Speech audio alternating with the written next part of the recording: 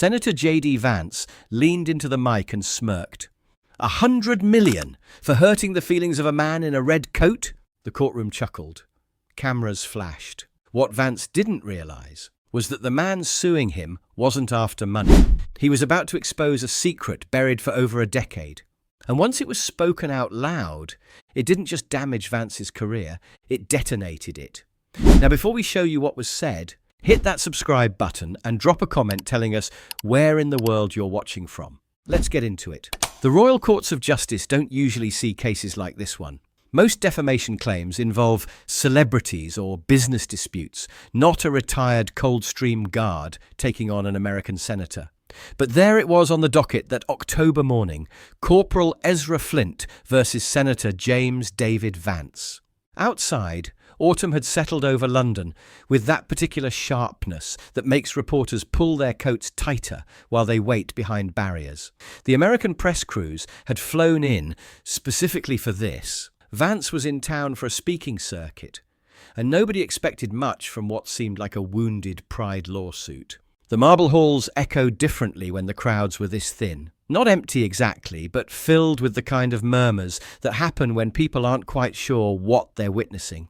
The courtroom itself felt oddly intimate for such a public proceeding. When the court clerk read the case details aloud, there was something almost surreal about hearing those names together. On one side, a man most people had never heard of. On the other, a senator whose face had been on magazine covers. Ezra Flint stood alone at the claimant's table. At 47, he carried himself with the particular stillness of someone who'd spent decades learning not to move unless necessary. His ceremonial dress uniform was immaculate. The red tunic pressed to razor creases, white gloves spotless, the famous bearskin hat resting carefully on the bench beside him. No barrister, no assistants shuffling papers, just him. The contrast was almost comical.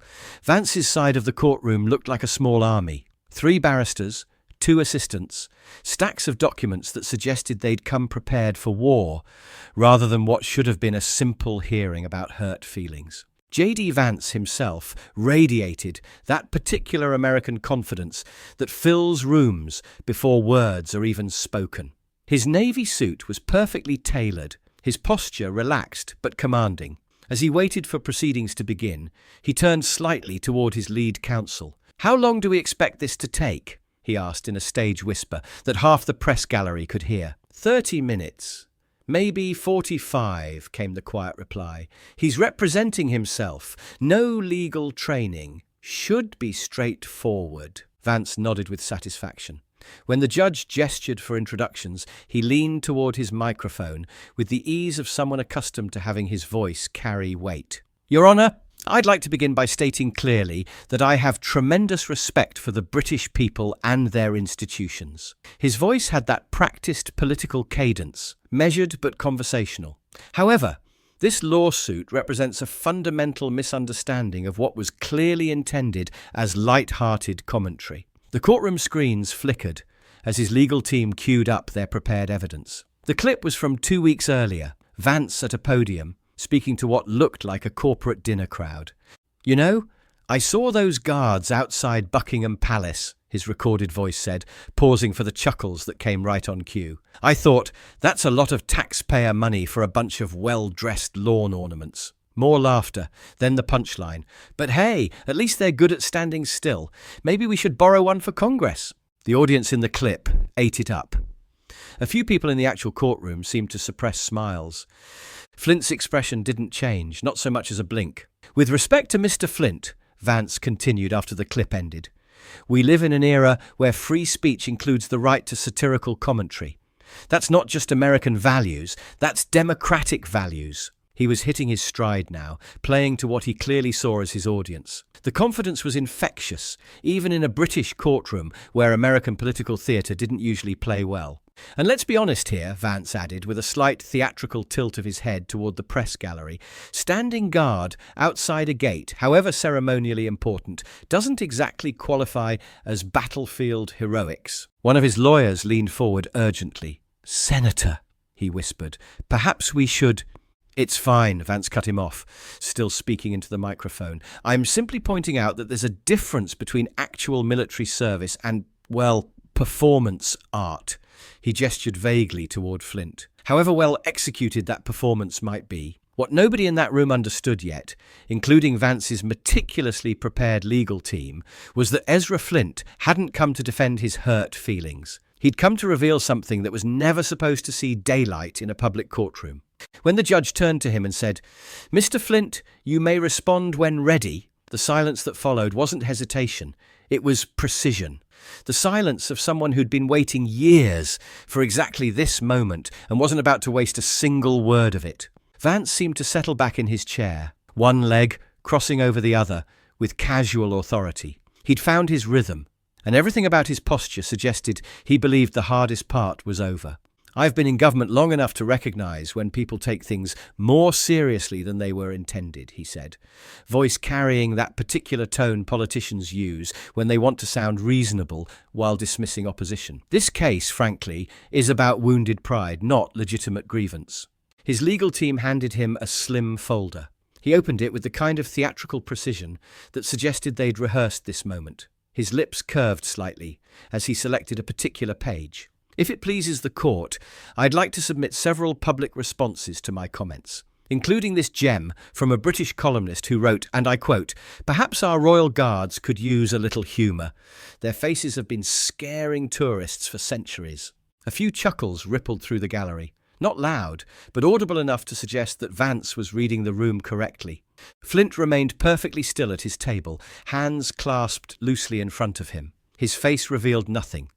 Not anger, not embarrassment, not even interest in what was being said about him. Vance closed the folder with a satisfied snap. "Look, I don't question Corporal Flint's service record. I'm sure he performed his duties with honour. But the changing of the guard is fundamentally a tourist attraction. It's pageantry. No one seriously believes these men are elite commandos, and my comment about lawn ornaments was obviously satirical in nature." He paused, letting that sink in before delivering what he clearly considered his strongest point. "No one was harmed by my words, unless we're now legally required to protect people's feelings from mild comedy." The judge's voice cut through the smugness with surgical precision. "Mr. Vance, I'll remind you that this is a court of law, not a press conference." "Of course, Your Honour. My apologies." "However, since you've submitted commentary as evidence, the court will naturally allow for proper rebuttal under oath." Something subtle shifted in the air at those words. Not dramatic, more like the moment before a gear clicks into place. Vance adjusted his tie and pressed on. "The fundamental issue here is that I wasn't mocking an individual. I was commenting on a ceremonial tradition that, let's be frank, exists more for tourism than for actual security. British taxpayers fund it, tourists photograph it, and if someone's ego gets bruised by gentle ribbing, well, that's unfortunate, but it's not a legal matter." He delivered the last part while looking directly at Flint, clearly expecting some kind of reaction. Maybe anger, maybe indignation, maybe just the satisfaction of seeing his target squirm. He got nothing, not even acknowledgement that he'd spoken. The silence stretched long enough to become uncomfortable. In the press gallery, reporters started exchanging glances. This was supposed to be David versus Goliath, but David wasn't even picking up his sling. A few whispered conversations started in the back rows. Is that really all he's got? He's not even fighting back. This'll be over in 10 minutes. But Flint's stillness wasn't defeat. Anyone who'd spent time around soldiers would have recognized it as something else entirely. The particular calm that comes before action, not after surrender. When the judge finally said, "Mr. Flint, the floor is yours," he didn't leap up or stride dramatically to the witness stand. He simply rose with the measured precision of someone accustomed to movements being watched and judged. He removed his bearskin hat and placed it carefully on the railing. His footsteps on the marble were quiet, but somehow seemed to echo anyway. As he passed Vance's table, the senator gave him a sideways look that clearly communicated, "Let's see what you've got." Flint climbed the steps to the witness stand, turned to face the room, and spoke his first words of the day. Not a speech, not a declaration, just a single quiet sentence that somehow managed to change everything. "I didn't sue because I was offended. I sued because you told a lie that people believed." No legal jargon, No emotional appeals, just that. And suddenly Vance's confident smirk faltered. Not dramatically, just enough to suggest that maybe this wasn't going to play out exactly as rehearsed. Because the silence that followed wasn't empty, it was loaded. And everyone in that courtroom, including JD Vance, was about to discover what 30 years of keeping quiet had been protecting. Ezra Flint settled into the witness chair without fanfare. No counsel beside him, no prepared statements, no stack of exhibits. Just a single folded document resting on the ledge in front of him, and the kind of presence that comes from decades of being observed without being seen. "I'd like to make a statement under oath," he said simply. The judge nodded. "Proceed, Corporal Flint." His voice didn't strain to fill the room. It barely needed to travel, yet somehow it reached every corner with perfect clarity. I wasn't decorated for most of what I did, and I never expected to be. The uniform most people see, the red tunic, the ceremony, they think it's all for show. Maybe some of it is, but not all of it. He looked down briefly at his hands, still wearing the white ceremonial gloves. Several years ago, during a routine changing of the guard at Windsor, there was a diplomat in the crowd. Foreign consulate, visiting unofficially. Her presence wasn't announced to the public. We'd been quietly briefed to expect additional security that day, but most of us weren't told specifics. Vance shifted in his chair, arms still crossed but attention clearly focused now. The casual confidence was still there, but tempered with something that might have been actual curiosity. I was stationed at the north corner, directly in sight of the main archway. Summer day, high tourist volume. Everyone had their phones out, taking pictures, the usual crowd behavior we're trained to monitor. Flint reached for his folded document but didn't open it yet. I noticed someone, man in his 40s, wearing what looked like a Ministry of Defense contractor badge. But the design was wrong. 3 years out of date, and he wasn't watching the ceremony like everyone else. He was tracking the diplomat's movement. The courtroom had gone completely still. Even the court reporter seemed to be typing more quietly. I made a judgment call, broke formation, walked off my assigned position. Not quickly. Nothing that would alarm civilians. People probably thought I was correcting someone who'd stepped over the barrier lines. The cameras caught it, I'm sure. You can probably find footage online of tourists thinking I was part of the show. He tapped the document once against his knee. But I wasn't performing for anyone. Now the silence felt different. Not anticipatory, but focused. Like a room holding its breath. I didn't radio for backup. Didn't draw any weapon. Just got close enough to intercept. And what I discovered in his bag, his eyes lifted now, scanning the courtroom calmly, was a concealed recording device, detailed floor plans of the diplomatic residence, and what our explosives team later identified as components for an improvised incendiary device. A sharp intake of breath came from someone in the gallery. The suspect had been tracking the diplomat's schedule for 3 weeks. He knew her route, her timing, her security detail. What he hadn't planned for was someone breaking protocol to investigate a badge that was 3 years out of date. Flint paused, letting that settle. The incident required immediate containment. It never made news because we were specifically instructed that it couldn't. The judge leaned forward slightly. "Mr. Flint, is this testimony corroborated by official sources?" He nodded once. "It is." He unfolded the paper. "This is a declassified communication from the security service, released just 2 weeks ago following a formal request made through my Member of Parliament. It confirms the incident, the suspect's intentions, and specifies that my intervention prevented what could have been a significant diplomatic crisis." The court clerk approached and accepted the document. The room watched in complete silence as it changed hands. "Would you read the highlighted portion, please?" Flint requested. The judge opened the file and cleared her throat. Her voice seemed to carry extra weight as she read, "Corporal Ezra Flint's intervention on the 17th March 2014, conducted without overt force or public disruption, directly prevented a probable attack on a protected foreign diplomat, averting potential diplomatic incident and reputational damage to the Crown. Actions were carried out with exemplary discretion, in accordance with national security protocols." The murmurs that followed were quiet, but immediate. Not dramatic gasps, just the sound of people processing information they hadn't expected. Vance's posture had changed. He was leaning forward now, blinking more frequently than before. Flint let the words settle before continuing. "I didn't bring this lawsuit because I needed money or recognition. I brought it because your words, your joke, were used to diminish something we were specifically asked to protect without acknowledgement. His voice remained steady, never rising. I served 30 years. I've stood beside the graves of men who earned more medals and served fewer years than I have.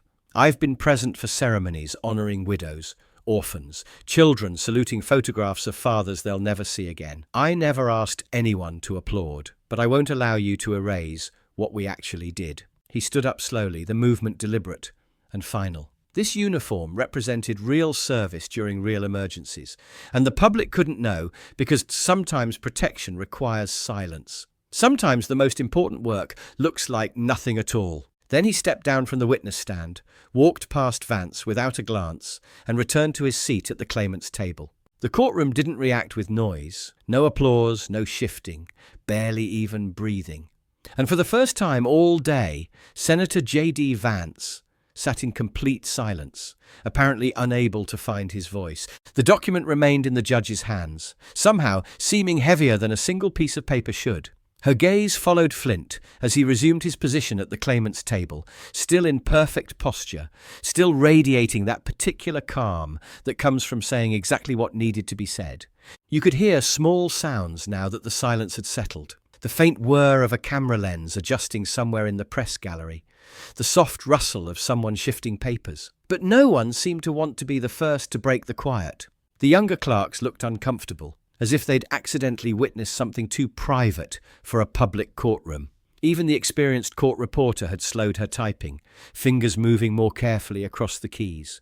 JD Vance sat hunched slightly forward at the defense table now, his earlier casual confidence replaced by something harder to read. His palms were flat against the wooden surface. His jaw worked silently for a moment before he finally reached for his microphone. "Well," he began, the word hanging in the air like he wasn't sure what should follow it. "If this incident was genuinely significant, I would have expected it to be more widely known. It wasn't quite an attack. More like testing the water temperature with a tentative toe, and the tension in the room seemed to tighten at his words, not release. The judge raised an eyebrow. "Are you suggesting that classified national security operations should be subject to public relations campaigns, Mr. Vance?" "No, Your Honor, certainly not," he replied quickly, then attempted a thin smile.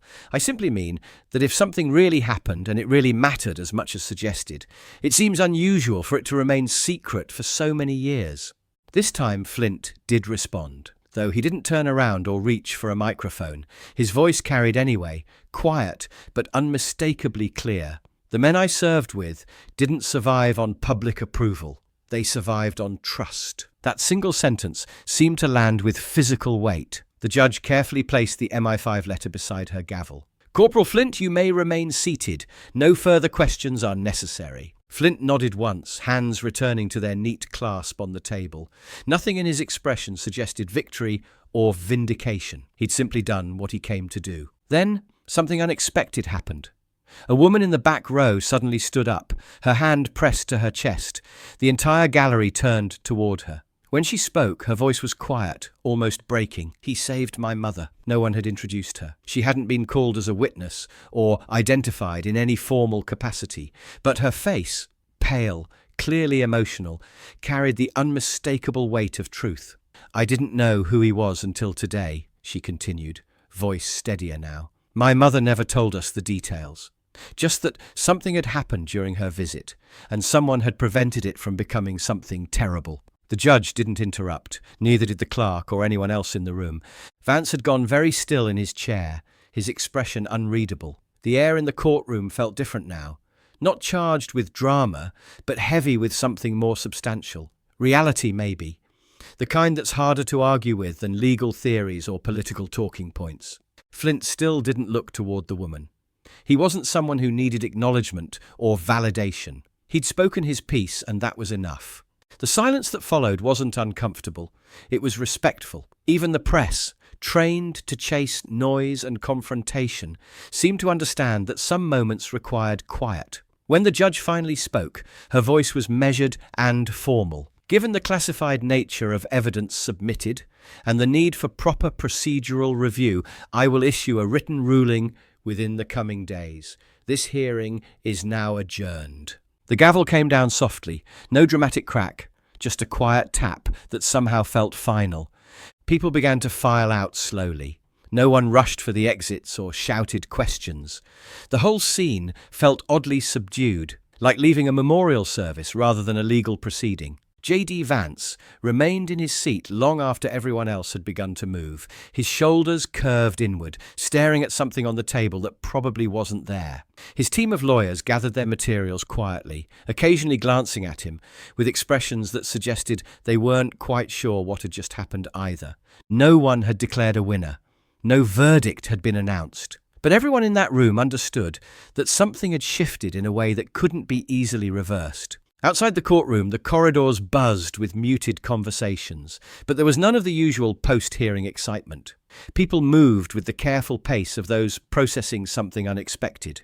JD Vance emerged through a side door, his team forming a protective cluster around him. The confident stride from earlier was gone, replaced by something more mechanical. When his communications director leaned in with whispered updates about waiting interviews, Vance's responses were distracted, almost absent. "I didn't know," he said quietly, more to himself than to anyone specific. "Sir?" his aide prompted. "I didn't know who he was.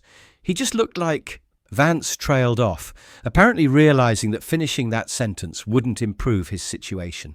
Another advisor joined the group, flushed and speaking quickly about damage control strategies and transcript management.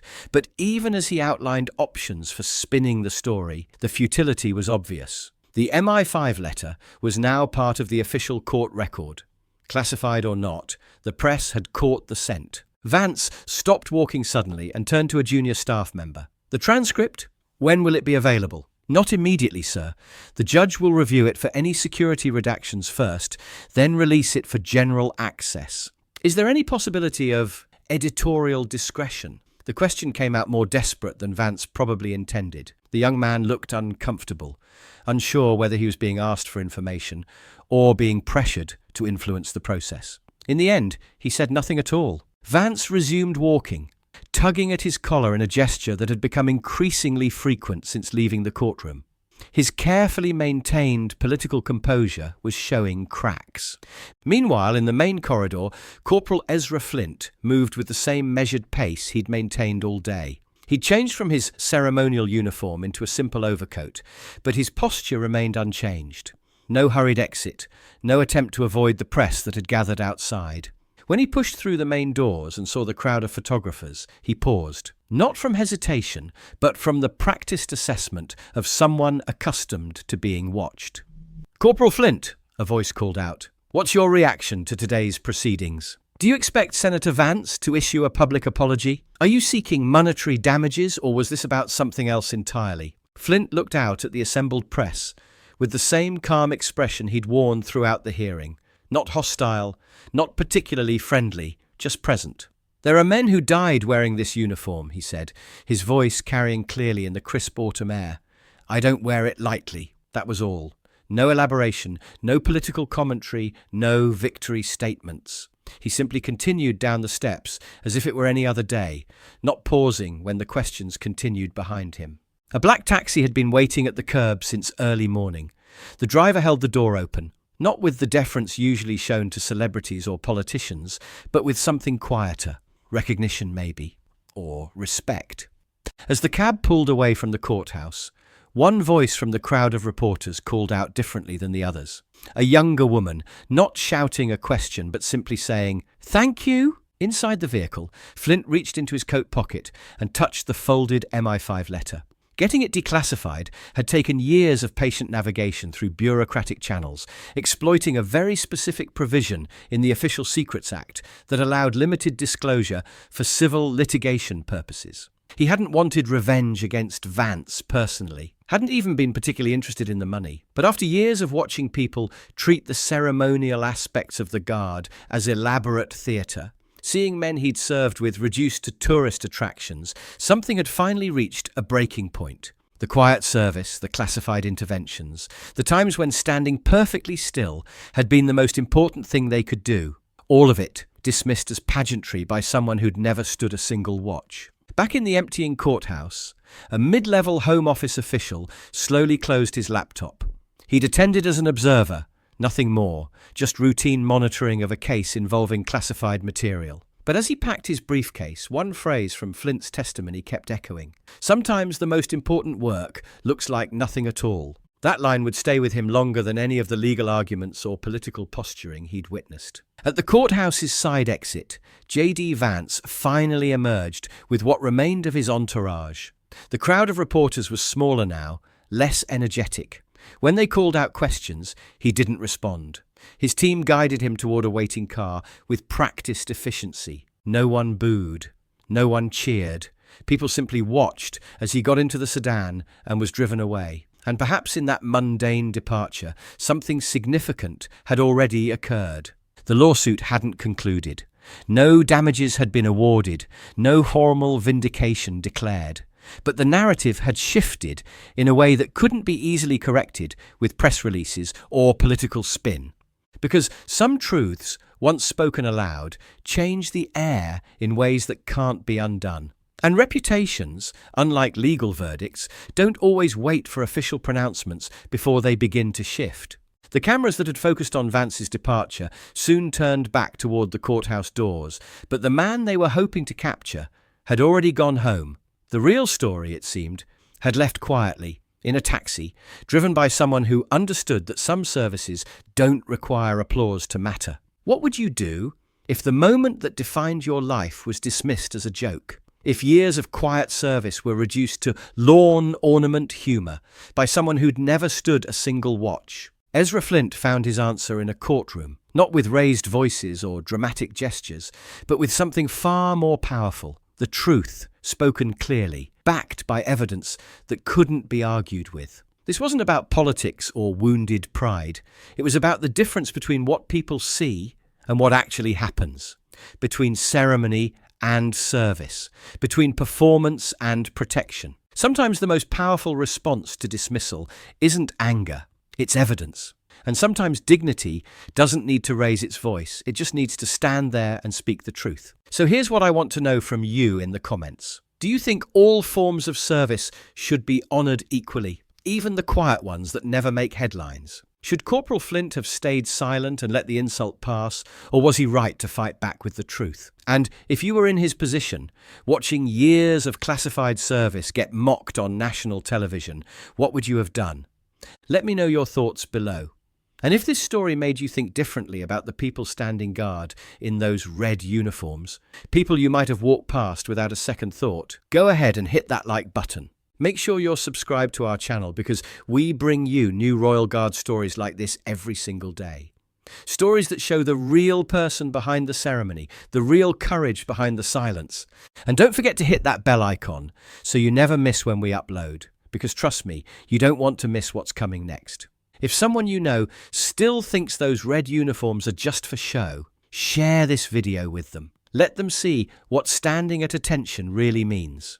We've got another incredible story waiting for you right now. Just click the video on your screen.